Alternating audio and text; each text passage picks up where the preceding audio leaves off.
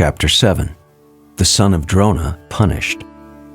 Rishi Shanaka asked, O Sutta, the great and transcendentally powerful Vyasadeva heard everything from Sri Narada Muni.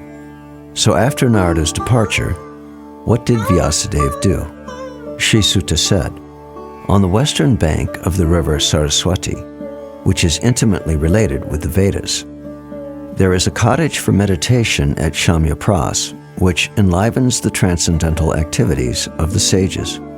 In that place, Srila Vyasadeva, in his own ashram, which was surrounded by berry trees, sat down to meditate after touching water for purification. Thus he fixed his mind, perfectly engaging it by linking it in devotional service, bhakti yoga, without any tinge of materialism, and thus he saw the absolute personality of Godhead along with his external energy, which was under full control. Due to this external energy, the living entity, although transcendental to the three modes of material nature, thinks of himself as a material product and thus undergoes the reactions of material miseries. The material miseries of the living entity, which are superfluous to him, can be directly mitigated by the linking process of devotional service. But the mass of people do not know this, and therefore the learned Vyasadeva compiled this Vedic literature, which is in relation to the supreme truth. Simply by giving oral reception to this Vedic literature, the feeling for loving devotional service to Lord Krishna, the Supreme Personality of Godhead, sprouts up at once to extinguish the fire of lamentation, illusion, and fearfulness. The great sage Vyasadeva, after compiling the Srimad Bhagavatam and revising it, taught it to his own son, Sri Shukadeva Goswami, who was already engaged in self-realization. Sri Shanaka asked Sutta Goswami, Sri Shukadeva Goswami was already on the path of self-realization, and thus he was pleased with his own self. So why did he take the trouble to undergo the study of such a vast literature? All different varieties of Atmarams, those who take pleasure in Atma or spirit self, especially those established on the path of self-realization, though freed from all kinds of material bondage, desire to render unalloyed devotional service unto the personality of Godhead. This means that the Lord possesses transcendental qualities and therefore can attract everyone, including liberated souls. Srila Sukadeva Goswami, son of Srila Vyasadeva, was not only transcendently powerful, he was also very dear to the devotees of the Lord.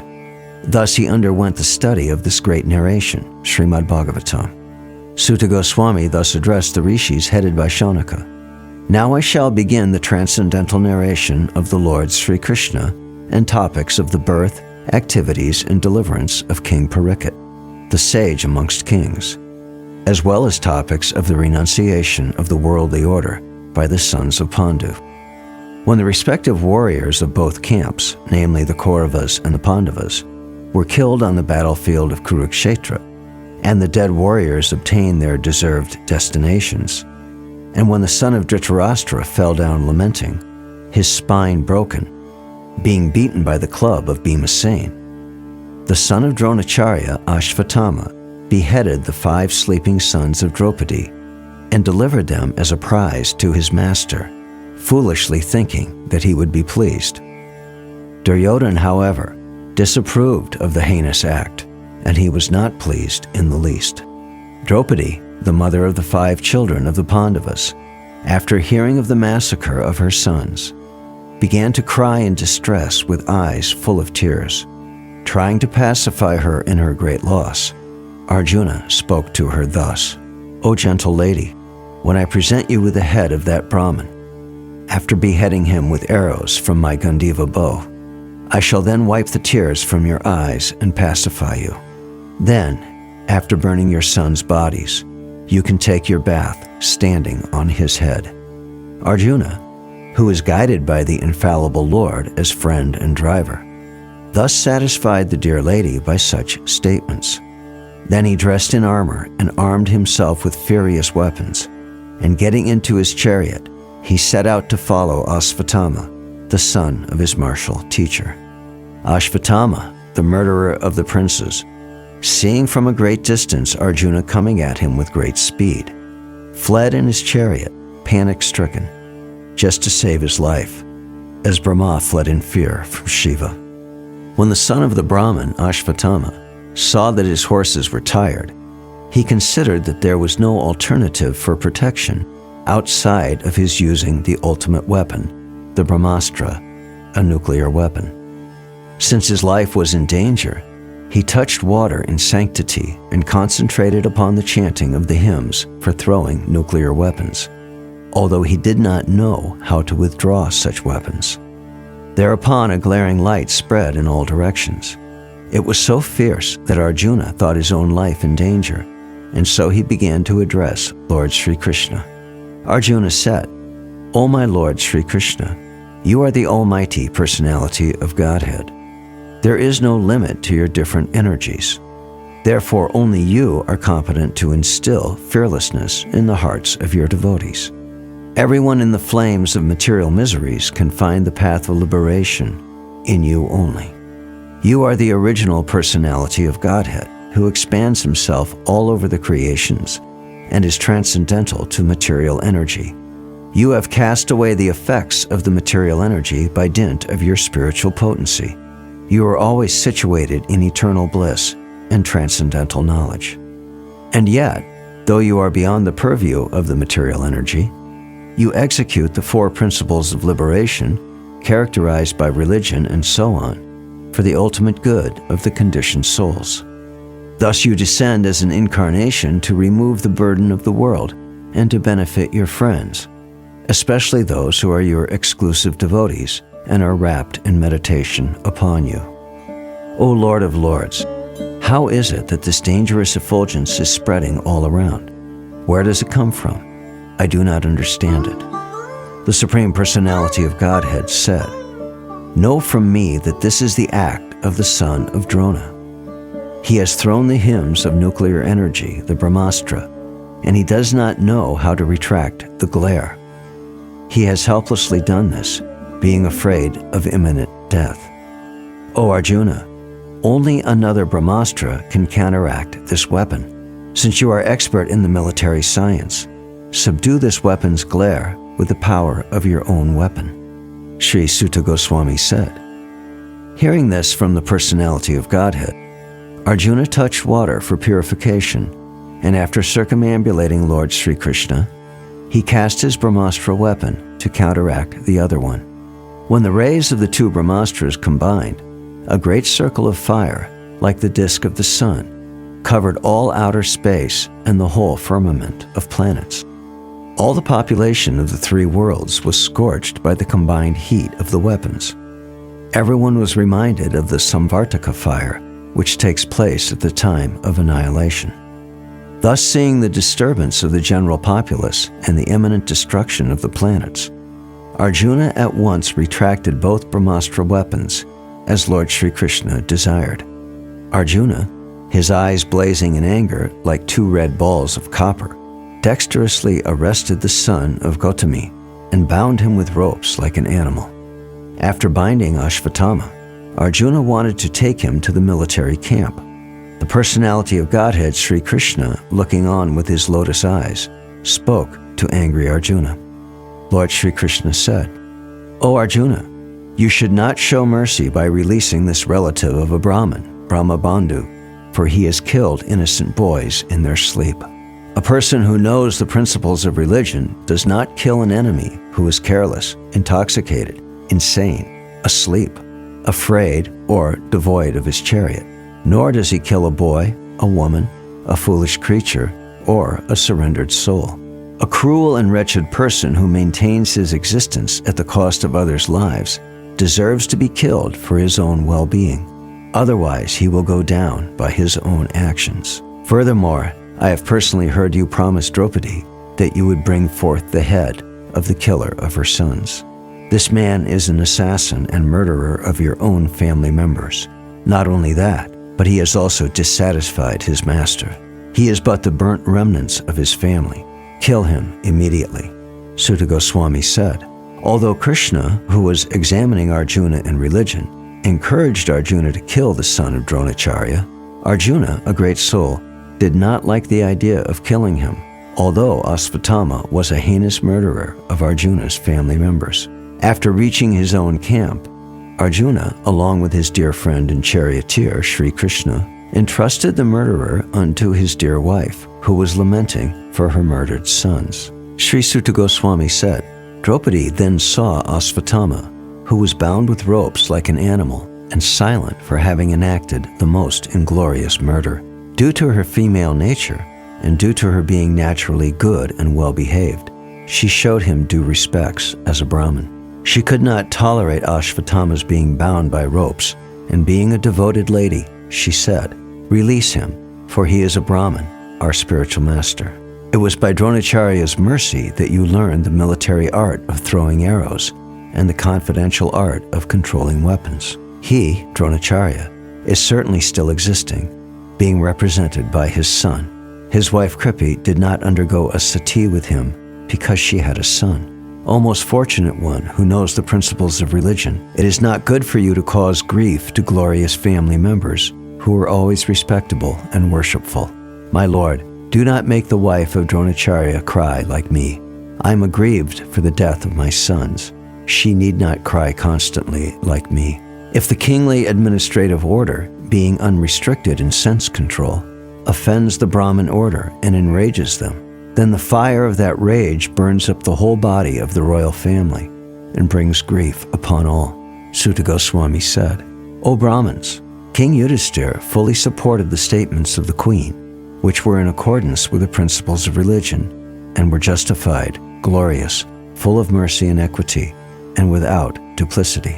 Nakula and Sahadev, the younger brothers of the king, and also Satyaki, Arjuna, the personality of Godhead Lord Sri Krishna, son of Devaki, and the ladies and others, all unanimously agreed with the king. Bhima, however, disagreed with them and recommended killing this culprit who, in an angry mood, had murdered sleeping children for no purpose and for neither his nor his master's interest. Chaturbhuj, the four-armed one, or the personality of Godhead, after hearing the words of Bhima, Draupadi, and others, saw the face of his dear friend Arjuna, and he began to speak as if smiling. The personality of Godhead, Sri Krishna, said, A friend of a Brahmin is not to be killed, but if he is an aggressor, he must be killed. All these rulings are in the scriptures, and you should act accordingly. You have to fulfill your promise to your wife, and you must also act to the satisfaction of Bhimasen and me. Just then Arjuna could understand the motive of the Lord by his equivocal orders, and thus with his sword he severed both hair and jewel from the head of Ashvatthama. He, Ashvatthama, had already lost his bodily luster due to infanticide, and now, moreover, having lost the jewel from his head, he lost even more strength. Thus he was unbound and driven out of the camp. Cutting the hair from his head, depriving him of his wealth, and driving him from his residence are the prescribed punishments for the relative of a Brahmin. There is no injunction for killing the body. Thereafter, the sons of Pandu and Draupadi, overwhelmed with grief, performed the proper rituals for the dead bodies of their relatives. Chapter 8. Prayers by Queen Kunti and Parikshit saved. Suta Goswami said, Thereafter the Pandavas, desiring to deliver water to the dead relatives who had desired it, went to the Ganges with Draupadi. The ladies walked in front. Having lamented over them and sufficiently offered Ganges water, they bathed in the Ganges, whose water is sanctified due to being mixed with the dust of the lotus feet of the Lord. There sat the king of the Kurus, Maharaj Yudhisthira, along with his younger brothers and Dhritarashtra, Gandhari, Kunti, and Draupadi, all overwhelmed with grief. Lord Krishna was also there, citing the stringent laws of the Almighty and their reactions upon living beings. Lord Sri Krishna and the Munis began to pacify those who were shocked and affected. The clever Duryodhana and his party cunningly usurped the kingdom of Yudhisthira, who had no enemy. By the grace of the Lord, the recovery was executed, and the unscrupulous kings who joined with Duryodhana were killed by him. Others also died, their duration of life having decreased, for their rough handling of the hair of Queen Draupadi. Lord Sri Krishna caused 3 well-performed Ashvamedha yagnas, horse sacrifices, to be conducted by Maharaj Yudhishthira, and thus caused his virtuous fame to be glorified in all directions, like that of Indra, who had performed 100 such sacrifices. Lord Sri Krishna then prepared for his departure. He invited the sons of Pandu, after having been worshipped by the Brahmins, headed by Srila Vyasadeva. The Lord also reciprocated greetings. As soon as he seated himself on the chariot to start for Dwarka, he saw Uttara hurrying toward him in fear. Uttara said, "O Lord of Lords, Lord of the universe, you are the greatest of mystics. Please protect me, for there is no one else who can save me from the clutches of death in this world of duality. O my Lord, you are all-powerful. A fiery iron arrow is coming towards me fast. My Lord, let it burn me personally if you so desire. But please do not let it burn and abort my embryo. Please do me this favor, my Lord." Sutta Goswami said. Having patiently heard her words, Lord Sri Krishna, who was always very affectionate to his devotees, could at once understand that Ashvatthama, the son of Dronacharya, had thrown the Brahmastra to finish the last life in the Pandava family. O foremost among the great thinkers, Munis, Shanaka, seeing the glaring Brahmastra proceeding towards them, the Pandavas took up their 5 respective weapons. The Almighty Personality of Godhead, Sri Krishna, having observed that a great danger was befalling his unalloyed devotees, who were fully surrendered souls, at once took up his Sudarshan disc to protect them. The Lord of Supreme Mysticism, Sri Krishna, resides within everyone's heart as the Paramatma. As such, just to protect the progeny of the Kuru dynasty, he covered the embryo of Uttara by his personal energy. O Shanaka, although the supreme Brahmastra weapon released by Ashvatthama was irresistible and without check or counteraction, it was neutralized and foiled when confronted by the strength of Vishnu, Lord Krishna. O Brahmins, do not think this to be especially wonderful in the activities of the mysterious and infallible personality of Godhead. By his own transcendental energy, he maintains and annihilates all material things, although he himself is unborn. Thus saved from the radiation of the Brahmastra, Kunti, the chaste devotee of the Lord, and her 5 sons and Draupadi addressed Lord Krishna as he started for home. Srimati Kunti said, "O Krishna, I offer my obeisances unto you because you are the original personality and are unaffected by the qualities of the material world. You are existing both within and without everything, yet you are invisible to all. Being beyond the range of limited sense perception, you are the eternally irreproachable factor covered by the curtain of deluding energy. You are invisible to the foolish observer, exactly as an actor dressed as a player is not recognized. You yourself descend to propagate the transcendental science of devotional service unto the hearts of the advanced transcendentalists and mental speculators, who are purified by being able to discriminate between matter and spirit. How then can we women know you perfectly? Let me therefore offer my respectful obeisances unto the Lord, who has become the son of Vasudeva, the pleasure of Devaki, the boy of Nanda, and the other cowherd men of Vrindavan, and the enlivener of the cows and the senses. My respectful obeisances are unto you, O Lord, whose abdomen is marked with a depression like a lotus flower, who are always decorated with garlands of lotus flowers, whose glance is as cool as the lotus, and whose feet are engraved with lotuses. O Rishikesh, master of the senses and Lord of lords, you have released your mother, Devaki, who was long imprisoned and distressed by the envious king Kamsa, and me and my children from a series of constant dangers. My dear Krishna, your lordship has protected us from a poisoned cake, from a great fire, from cannibals, from the vicious assembly, from sufferings during our exile in the forest, and from the battle where great generals fought. And now you have saved us from the weapon of Ashvatthama. I wish that all those calamities would happen again and again, so that we could see you again and again.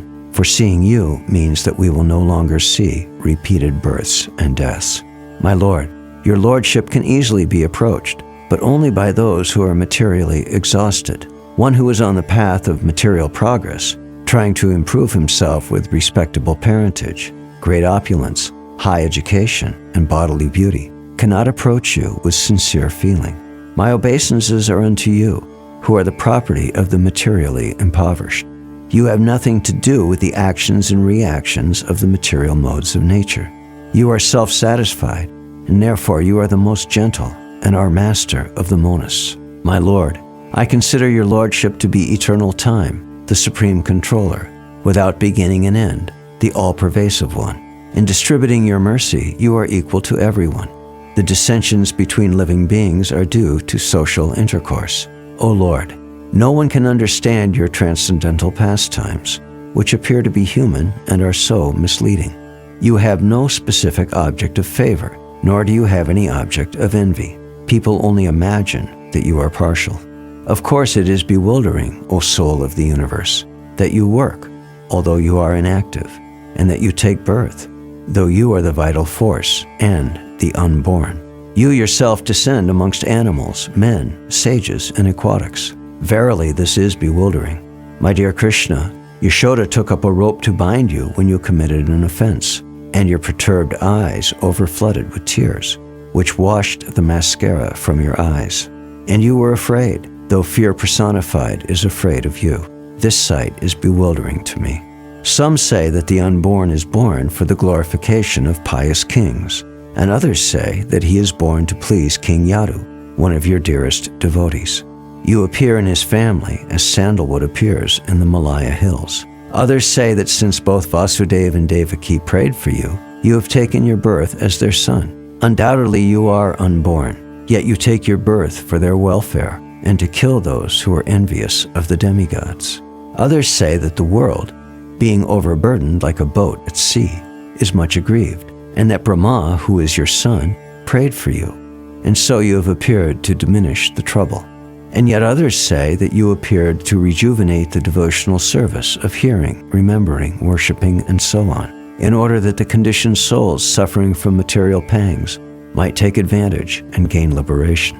O Krishna, those who continuously hear, chant, and repeat your transcendental activities, or take pleasure in others doing so, certainly see your lotus feet, which alone can stop the repetition of birth and death. O my Lord, you have executed all duties yourself. Are you leaving us today, though we are completely dependent on your mercy and have no one else to protect us, now when all kings are at enmity with us? As the name and fame of a particular body is finished with the disappearance of the living spirit, similarly, if you do not look upon us, all our fame and activities, along with the Pandavas and Yadus, will end at once. O Gadadhar, Krishna, our kingdom is now being marked by the impressions of your feet, and therefore it appears beautiful. But when you leave, it will no longer be so. All these cities and villages are flourishing in all respects, because the herbs and grains are in abundance. The trees are full of fruits, the rivers are flowing, the hills are full of minerals, and the oceans full of wealth. All this is due to your glancing over them. O Lord of the universe, soul of the universe, O personality of the form of the universe, please, therefore, sever my tie of affection for my kinsmen, the Pandavas and the Vrishnis. O Lord of Madhu, as the Ganges forever flows to the sea without hindrance, let my attraction be constantly drawn unto you without being diverted to anyone else. O Krishna, O friend of Arjuna, O chief amongst the descendants of Vrishni, you are the destroyer of those political parties which are disturbing elements on this earth. Your prowess never deteriorates. You are the proprietor of the transcendental abode, and you descend to relieve the distresses of the cows, the Brahmins, and the devotees. You possess all mystic powers, and you are the preceptor of the entire universe. You are the Almighty God, and I offer you my respectful obeisances. Sutta Goswami said, the Lord, thus hearing the prayers of Kunti Devi, composed in choice words for his glorification, mildly smiled. That smile was as enchanting as his mystic power. Thus accepting the prayers of Srimati Kunti Devi, the Lord subsequently informed other ladies of his departure by entering the palace of Hastinapur. But upon preparing to leave, he was stopped by King Yudhisthira, who implored him lovingly. King Yudhisthira, who was much aggrieved, could not be convinced, despite instructions by great sages headed by Vyas and the Lord Krishna himself, the performer of superhuman feats, and despite all historical evidence. King Yudhisthira, son of Dharma, overwhelmed by the death of his friends, was aggrieved just like a common materialistic man. O sages, thus deluded by affection, he began to speak. King Yudhisthira said, O my lot, I am the most sinful man. Just see my heart, which is full of ignorance. This body, which is ultimately meant for others, has killed many, many phalanxes of men. I have killed many boys, Brahmins, well-wishers, friends, parents, preceptors, and brothers. Though I live millions of years, I will not be relieved from the hell that awaits me for all these sins. There is no sin for a king who kills for the right cause, who is engaged in maintaining his citizens. But this injunction is not applicable to me. I have killed many friends of women, and I have thus caused enmity to such an extent that it is not possible to undo it by material welfare work. As it is not possible to filter muddy water through mud, or purify a wine-stained pot with wine, it is not possible to counteract the killing of men by sacrificing animals.